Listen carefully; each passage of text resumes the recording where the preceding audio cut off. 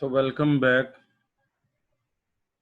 चौथा जो essential point है या चौथी जो कंडीशन है वैलिडिटी के लिए कॉन्ट्रैक्ट के लिए वो है कॉम्पिटेंसी या कैपेसिटी ऑफ पार्टीज।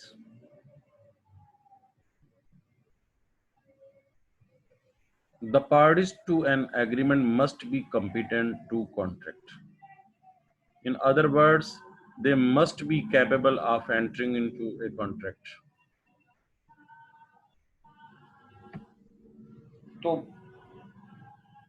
दोनों फ्री कैन का कॉम्पिटेंट होना जरूरी है। अगर उनमें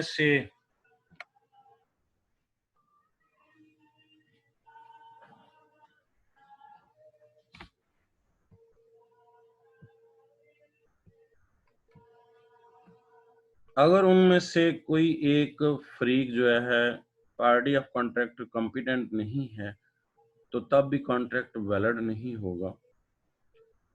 according to section 11 of contract act 1872, every person is competent to contract who is of the age of majority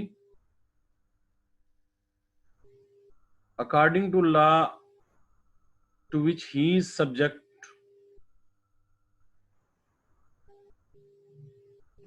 अगर कोई दो फ्री कैन में मुआहदा होता है तो उसमें पहली शर्त यह है कि दोनों का मेजर होना जरूरी है। मीन के पाकिस्तान के कानून के मुताबिक वो माइनर ना हो, मेजर हूं, उनकी उम्र 18 साल से ज्यादा हो, and who is of sound mind. Sound mind mean अकल रखता हो, शौर रखता हो, पागल ना हो, अनसाउंड माइंडेड ना हो, and is not disqualified from contracting by any law to which he is subject. और उसे डिस्क्वालिफाइड ना किया गया हो।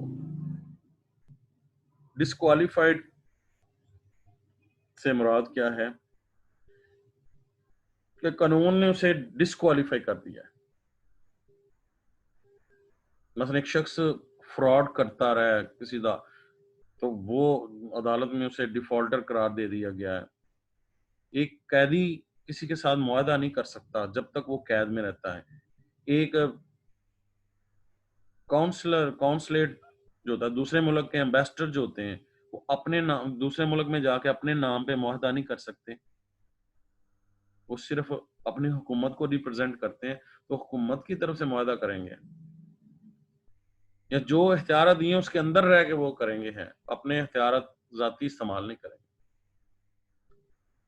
Thus, according to section 11, every person with the exception of the following is competent to enter in contract। इनके अलावा तमाम लोग जो हैं वो मुआहदा कर सकते हैं। एक minor, a person of unsound mind, क्योंकि ना माइनर ये अकल रखता है कि what is good for him और what is bad for him. Same इसी तरह एक पागल ये नहीं जज कर सकता कि उसके लिए अच्छा क्या और बुरा क्या है। इसलिए अक्सर अदालतों में जब केस जाते हैं तो वो साबित करना पड़ता है। और फिल्म्स के अंदर भी देखते हैं कि वो देखते हैं कि एक बच्ची होती है, उसके नाम पे जायदाद होती है, और वो विलन वगैरह जो होते हैं वो इंतजार करते हैं कि ये जब माइनॉरिटी से हो जाएगी तो हम कागजात का लिखवा लेंगे इससे। और अनसाउंड माइंडेड में भी अदालत में प्रूव करना होता है कि ये ज़हनी तौर पे ठीक है, मेडिकली ठीक है। और तीसरा, a person expressly declared disqualified to enter into contract under any law। के बाज़ मामलात में अदालतों ने फैसला दिया था कि ये लोग डिस्क्वालिफाइड हो गए हैं। तो डिस्क्वालिफाइड में कौन लोग हो सकते हैं? एक डायरेक्टर्स किसी कंपनी का जिसे डिस्क्वालिफाइड किया गया है किसी वजह से। कोई कैदी, कैद के दिनों में एक बंदे ने कोई मुकदमा है और वो कैद में है, तो उसके साथ आप बाहर बैठ के उसके साथ मुआहदा नहीं कर सकते उन दिनों में। बाद में जब वो वापस आएगा तो आप उससे मुआहदा कर सकते हैं। और एक एम्बेसडर जो किसी दूसरे मुल्क कॉन्सुलेट है, मतलब पाकिस्तान एम्बेसडर दूसरे मुल्क में जाके अपनी हुकूमत की तरफ से तो मुआहदा करेगा, अपने नाम जाती नाम पे नहीं कर सकता। तो ये था कि अगर एक कॉन्ट्रैक्ट को वैलिड करना है तो इन शराइत में से एक ये भी पूरी होना जरूरी है कि वो दोनों फ्री कैन मेजर हों, साउंड माइंडेड हों और डिस्क्वालिफाइड ना हो। अगर इनमें से कोई एक है या वो माइनर हो जाता है या अनसाउंड माइंडेड हो जाता है या डिस्क्वालिफाइड हुआ हुआ शख्स, तो इसके साथ मुआहदा करेंगे तो वो वैलिड नहीं होगा। और पांचवी चीज जो है, 10 हमने टोटल वैलिड पॉइंट हैं जो पढ़ने हैं, 10 शर्तों का होना जरूरी है। जिस तरह पहली ऑफर एंड एक्सेप्टेंस, एक शख्स किसी चीज को बेचने की ऑफर करता है, दूसरा खरीदने की करता है, तो ये ऑफर एंड एक्सेप्टेंस। और जब दोनों तरफ कुछ लेन और देन होगा तो ये कंसिडरेशन होगी, और जब कंसिडरेशन होगी तो वो लीगल रिलेशनशिप पैदा कर देगी। और चौथी चीज क्या हमने डिस्कस की है कि दोनों फ्रीक एंड कॉम्पिटेंट हैं, कैपेसिटी रखते हैं, उनमें से कोई फ्रीक जो है वो अनसाउंड माइंडेड नहीं है, माइनर नहीं है या डिस्क्वालिफाइड नहीं, तो कॉन्ट्रैक्ट वैलिड होगा। और पांचवी जो शर्त है जो आज हम डिस्कस करेंगे, that is a free consent का होना जरूरी है। दोनों फ्रीकैन की कॉन्सेंट का फ्री होना बहुत जरूरी है। अगर दोनों फ्रीकैन में से किसी एक की कॉन्सेंट फ्री ना हो तो फिर भी कॉन्ट्रैक्ट वैलिड नहीं कहलाएगा। वो कैसे? Another essential of a valid contract is that consent of parties to contract should be free. रजामंदगी दोनों की, यानी आजादाना तौर पे फैसले करती है। Consent means the parties must have agreed upon the same thing in a same sense. जब दोनों टेबल पे बैठे तो दोनों एक ही सेंस में बात कर रहे हैं, दोनों एक ही स्टेटस पे बात कर रहे हैं। According to Section 14 of the Contract Act 1872, contract is said to be free if it is not caused by consent। आजाद कब होगी? मेरी विलिंगनेस कैसे होगी? आजाद में कैसे होगा? अगर इन चीजों पे मुश्तमिल हो।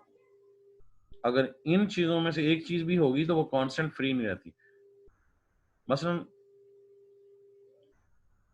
जब मुआहदा हो रहा था तो एक फ्री कैन दूसरे पे कोरिशन के जरिए डरा धमका के, दूसरा अनड्यू इन्फ्लुएंस होता है किसी नजायज दबाव डाल के, असर और सूख के जरिए। एक पार्टी असर और सूख वाली है, चौधरी टैबर, दूसरा माड़ा बंदा है और उससे वो प्लाट है तो उस पे कि तुम ये बेचो लाजमी है। हम फ्रॉड करते हैं किसी को तो तब भी मिस रिप्रेजेंटेशन, गलत बयानी करके कोई चीज बेचना, दिखाना कुछ और बेचना कुछ और मिस्टेक, मिस्टेक से क्या है कि किसी और की चीज जो आपकी मलकियत नहीं है वो बेच देना। दो भाइयों की कोई चीज है मुश्तरका है तो ए की दूसरी या बी की दूसरी है तो वो आपस में तो मिस्टेकनली अगर हो जाएगी और बाद में दूसरा साबित कर देता है कि ये नहीं है तो मेरे वाला प्लाट था, ये मेरी चीज थी, तो उस सूरत में वो कॉन्ट्रैक्ट जो है वो वैलिड नहीं रहेगा, अदालत उसे इन्फोर्स नहीं कर सकती।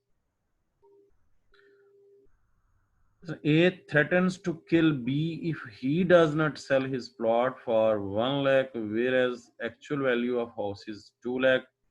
It is not a valid contract as the consent of B is obtained by coercion.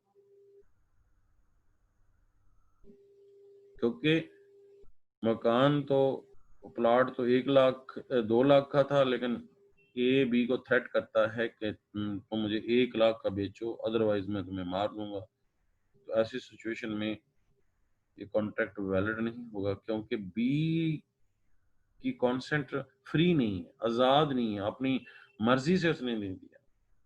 तो कल को अदालत में वो जब बात सामने वो प्रूफ कर देगा, हाँ इसमें बाद में हम देखेंगे कि प्रूफ कैसे करना पड़ेगा इस बात को, वो हम नेक्स्ट डिस्कस करेंगे उसमें आगे कि किसके होता है, कंधे पे होता है कि वो इस चीज को साबित करे हैं।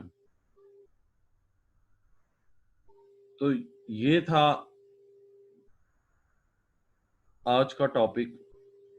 बाकी जो रिमेनिंग पोर्शन है हम कल इंशाल्लाह डिस्कस करेंगे। अब सेशन जो है ये क्वेश्चन आंसर का है।